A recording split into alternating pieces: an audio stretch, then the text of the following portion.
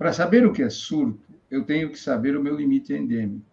Sem eu ter certeza de qual é o meu limite endêmico, fica muito difícil e muito hipotético eu estar falando em surto. Então, o que, que se diz? Normalmente eu tenho lá uma média de infecções. Se eu não tenho cálculo nenhum, se eu tenho uma taxa que ultrapassa em 2,5 vezes o meu valor habitual, eu tenho um indício possível de eu ter um surto. Certo? Então, para eu identificar um surto, eu tenho que ter um sistema, né, de busca de casos, de vigilância, e que tenha índices. E esses indicadores eu fique acompanhando ao longo do tempo. Certo? Porque o que é um surto? Um surto é um aumento fora do esperado da incidência de algum problema na minha instituição. Pode ser de infecção, mas pode ser de qualquer coisa, viu? Uma vez eu enfrentei um surto de hemólise pós-cirurgia cardíaca. Então, vejam, surtos pode ser de qualquer coisa. E você sempre que está diante de um surto, não é? Então, o primeiro ponto que você tem que fazer é a identificação do surto. E para isso, ter série histórica é fundamental, mas não ter série histórica dá também para você resolver. Eu vou até mostrar, Laura, como a gente pode fazer isso. Eu acho que fica bem legal. Então, vamos supor que eu não tenha série histórica e eu percebo, não é, um aumento do número de casos. Como é que eu posso fazer para ver isso? Né? Deixa eu minimizar aqui para entrar lá, é uma imagem legal. Opa, aqui. Bom, então o que eu devo fazer? Olha, eu vou pegar aqui para vocês verem. Tem muita coisa aberta aqui, né, que eu esqueci de fechar. Olha, uma coisa que eu posso fazer é usar um programa que eu recomendo todo mundo baixar, que é o AppInfo. Olha, como é que eu baixo o AppInfo? Lá no CDC. Ele é gratuito. Eu tenho versões para celular, é só colocar isso aqui, ó, AppInfo no seu Google, por exemplo, que você vai encontrar. Pode baixar esse programa, é gratuito.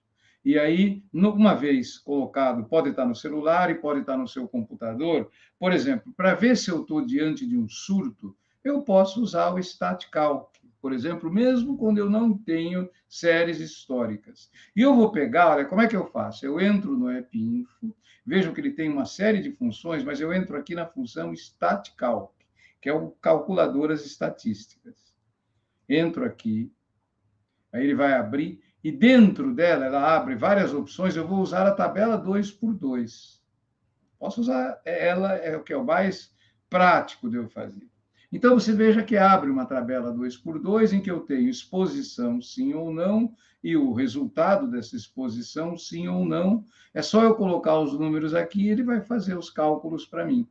Então, gente, vamos. Deixa eu ver se eu deixo maior aqui. Ficou maior para vocês, né? Para verem aqui. Eu vou pegar os dados do Semmelweis. Olha que interessante. Vocês lembram, né, da história dele, que ele tinha aquela situação de um aumento significativo de mortes nas puérperas, e ele queria ver se aquilo estava ou não relacionado ao problema da higiene das mãos. Ele até e foi difícil ele provar, mas ele levantou os dados de óbitos, comparando o período em que não havia anatomia, porque eles não tinham, os estudantes não faziam necrópsia, com o período que eles passaram a fazer necrópsia.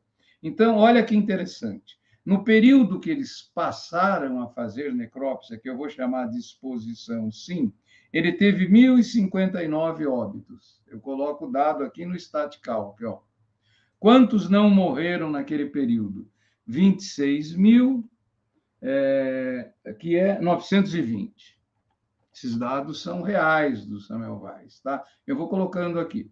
Agora, no período anterior, que ele mudou isso aí em 1822, Antes disso, eles tiveram 897 óbitos, e o total de partos foi 70 mil, era um período maior, né? 498. Aqui você já vê que não precisa ser o mesmo período.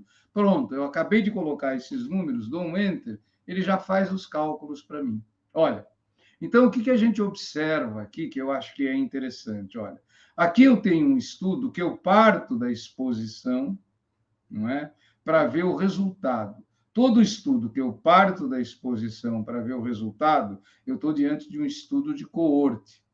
quando eu estou diante de um estudo de coorte, qual é o indicador que eu vou usar do indicador aqui de correlação, né? Eu vou usar o quê, gente? Eu vou usar o risco relativo, né? Então, qual é o risco relativo destes episódios? Olha, ele foi 3,01, tá vendo? O limite inferior, 2,7, e o limite superior, 3,2. Ou seja, 95% das observações vão ocorrer entre aumentar 2,7 vezes até aumentar 3,2 vezes o risco de óbito no período anatômico, vamos por assim dizer, né? Então, é significativo esse aumento porque não passa os limites aqui pelo número 1, porque se fosse pelo número, passasse pelo número 1, o risco não seria significativo, porque o risco relativo é a divisão de um risco pelo outro. Se o 1 dá entre os limites, né, que eu estou calculando, quer dizer que a igualdade pode ser um dos valores por acaso. Então, já diz que é significativo. Mas eu posso usar também o Q². O Q² que eu calculo aqui, olha, ele deu 666,07. Esse é um valor alto, né? O limite para o Q² é 3,841. Isso é calculado estatisticamente. Quando o Q² é superior a isso, Q² é uma medida estatística que compara o valor observado com o valor esperado, se não houvesse diferença entre os dois períodos. Então, quanto maior o Q², maior a diferença. E é determinado que, se for acima de 3,841, o acaso explica pelo menos 5% dos casos, quer dizer, o P de 0,05, que a gente usa na maioria dos estudos. Então, aqui deu muito maior, olha, 6,666, muito maior do que 3. E olha a probabilidade disso ser devido ao acaso, é simplesmente zero. Então, gente, houve sim um surto, vamos dizer assim, de óbito, não é? Por conta do quê? Do início da fase anatômica. Então, vejam como é prático eu usar isso. Eu posso, por exemplo, no meu hospital, pegar os dados de infecção deste mês, quantos pacientes internaram e quantos pegaram infecção, e pegar os dados de uns 2, 3 meses para trás, ou até um número maior, e ver quantos internaram, quantos tiveram infecção. Jogo nessa tabelinha e vejo qual é o valor que vai dar do risco relativo e o valor do Q². Se eu tiver, né, entenderam, gente? Então, eu estou comparando, né, da exposição, o mês, né, com o mês anterior. Então, por isso eu estou fazendo um estudo de coorte, né? Por isso que eu estou usando o risco relativo, ok? Olha, vamos continuar só para ver como é interessante e fácil usar isso. Eu vou clicar aqui num segundo extrato, olha. Daí, o que ele fez? Ele implantou no dia 15 de maio, por isso que é o dia, né, nacional do controle de infecção, ele implantou a higiene das mãos. Então, até o dia 15 de maio, ele teve naquele mês, naquele ano, desculpe, 579 óbitos, num total de 4.097 partos, né? Tá aqui já. Bom, depois desse período, como é que a coisa funcionou? Olha, foram 101 óbitos, num total de 5.251 partos.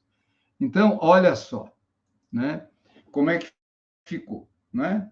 Então, vamos ver como é que foi a coisa? Olha, deu vamos lá de novo para o risco relativo, ó, 6,5, oscilando de 5,3 a 8,07. Ou seja, de novo, né, está sempre acima do 1, então foi significativa essa diferença.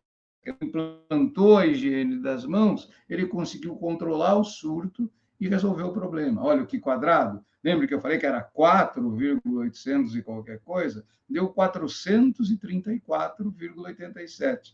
Olha, a probabilidade disso ser pelo acaso é zero de novo, né? Então, vejam, mesmo eu não tendo uma série histórica, se eu baixar o StatCalc e pegar alguns dados de prontuário, dos meus dados estatísticos no hospital, eu consigo, usando esta ferramenta do EPIN.